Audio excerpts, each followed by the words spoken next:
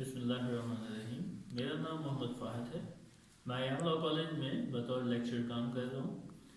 हमारा आज का टॉपिक है LLB पार्ट 1 का paper equity and specific relief. हम इस के अंदर इसका जस्ट ओवरव्यू देखेंगे। सबसे पहली चीज़ इक्विटी क्या है, यानी एक ऐसा अमल जो कि इंसाफ को प्रैक्टिकली इम्प्लीमेंट करता है, यानी इंसाफ को प्रैक्टिकली अमल दरामद कराने का जो अमल है उसे निस्बत या इक्विटी कहा जाता है। अब इक्विटी जो है वो कॉमन लॉ के अंदर बहुत ज़्यादा आपका इन्वॉल्व होता है। कॉमन लॉ मीन्स जो आपका कस्टमरी लॉ है या जो बिल अमूम दुनिया के अंदर एक जैसा तस्लीम किया जाता है उसे कॉमन लॉ कहा जाता है, और वो इनेक्टेड नहीं होता। बहुत सारी चीज़ें उसके अंदर कस्टमरी हैं, आपकी प्रेसिडेंट से ली गई हैं, या बहुत सारी जो है वो अल्लाह तबारकात से खुद ब खुद जनरेट हो जाती हैं। आपका इनेक्टेड लॉ थोड़ा सा डिफरेंट हो जाता है उसमें। अब इक्विटी के अंदर आप मैक्सिम्स यानी मुहावरे जो है वो ज़्यादा पढ़ते हैं, और उसी की बुनियाद के ऊपर आपके इक्विटी के जो केसेस हैं वो डिस्कस किए जाते हैं। उनमें देखा जाता है कि कोई बंदा जो है वो जो इंसाफ मांगने आया खड़ा है कोर्ट से, क्या वो खुद भी इंसाफ कर रहा है या नहीं कर रहा है। उसके अंदर कोई बंदा जो है वो खुद इंसाफ नहीं कर रहा और वो अदालत से इंसाफ मांगने आ गया है, ऐसा सिलसिला वहाँ पे नहीं होता। आपका इस पेपर का दूसरा पार्ट है specific relief. Specific relief act आप इसके अंदर स्पेशली पढ़ते हैं, एक अलहदा से एक्ट बनाया गया है।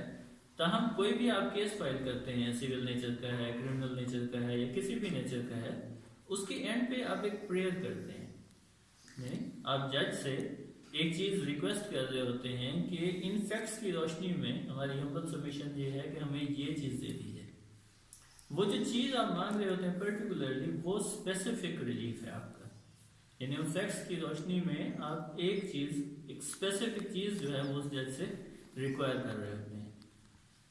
अब उसके अंदर क्या है, उसके अंदर बहुत सारी चीज़ें आ जाती हैं, यानी आप उसके अंदर स्पेसिफिक परफॉर्मेंस का केस फाइल कर सकते हैं। यानी एक बंदे के साथ हमारा एक मुआहदा हुआ था, जो कि आप कॉन्ट्रैक्ट के अंदर भी अलहदा से भी देखते हैं। एक हमारा मुआहदा हुआ था किसी बंदे के साथ, वो उसको उसकी जो है तकमील नहीं करवा रहा, उसकी तामील नहीं करवा रहा। Sorry for interruption. बात कर रहे थे हम स्पेसिफिक परफॉर्मेंस और कॉन्ट्रैक्ट के हवाले से कि किसी बंदे से आप कोई एग्रीमेंट करते हैं, वो उस एग्रीमेंट की कंप्लायंस नहीं कर रहा, तो आप उसके लिए स्पेसिफिक परफॉर्मेंस का केस करते हैं कि जनाब ये हमारा एक इसके साथ मुआहदा हुआ था, इस मुआहदे को इस तरीके से जो है इसे कहें कि ये पूरा करें, हम उसकी शराइत पूरी करने को तैयार हैं। तो उस केस को आप पर्टिकुलरली कहते भी यही है स्पेसिफिक परफॉर्मेंस ऑफ कॉन्ट्रैक्ट। फिर एंटाइटलमेंट है।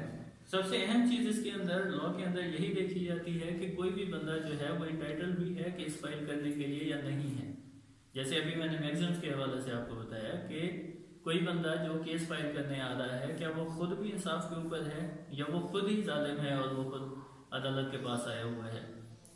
तो ये चीज़ उसके अंदर सबसे पहले देखी जाती है कि उसकी एंटाइटलमेंट अकॉर्डिंग टू लॉ है या नहीं है। मिसाल के तौर पे माइनर है, माइनर कोई केस फाइल नहीं कर सकता, वो किसी के थ्रू केस फाइल करेगा। वो किसी कौन होगा, वो उसका गार्डियन होगा, यानी माइनर एक गार्डियन के थ्रू इंटाइटल्ड है केस फाइल करने के लिए, इंडिपेंडेंटली वो केस फाइल नहीं कर सकता।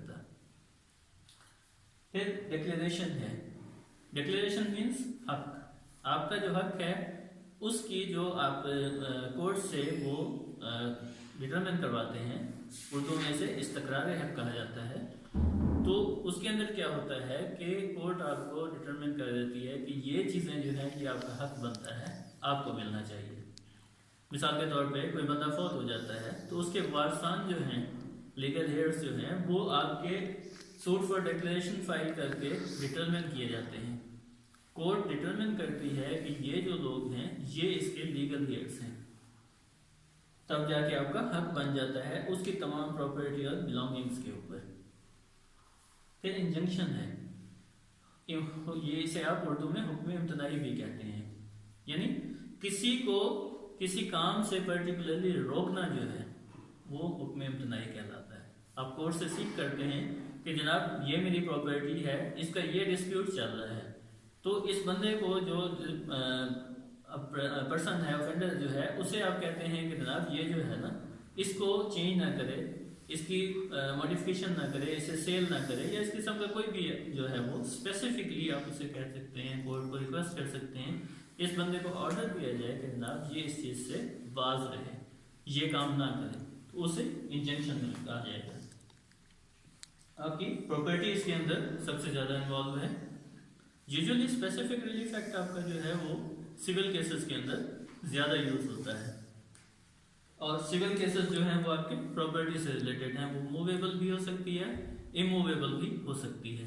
दोनों सूरतों के अंदर आपको वो जो है प्रॉपर्टी से रिलेटेड आप स्पेसिफिक रिलीफ जो है वो कोर्ट से तलब कर रहे होते हैं।